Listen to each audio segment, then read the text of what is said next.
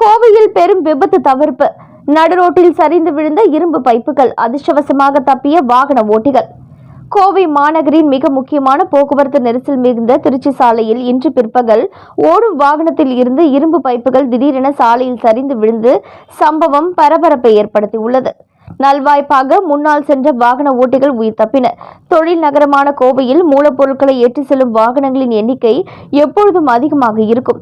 இன்று பிற்பகல் திருச்சி சாலையில் உள்ள நெடுஞ்சாலைத்துறை கண்காணிப்பாளர் அலுவலகம் அருகே ஒரு பொலேரோ பிக் அப் வாகனம் இரும்பு பைப்புகளை ஏற்றிக்கொண்டு சென்று கொண்டிருந்தது.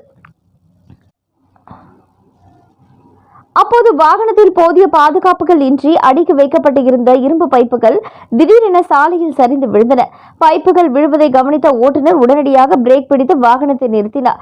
பைப்புகள் சரிந்த பொழுது அந்த வாகனத்தின் அருகே மற்றும் முன்னால் சென்றவர்கள் மீது பாய்ந்து உயிர் சேதம் ஏற்படுத்தியிருக்கும்.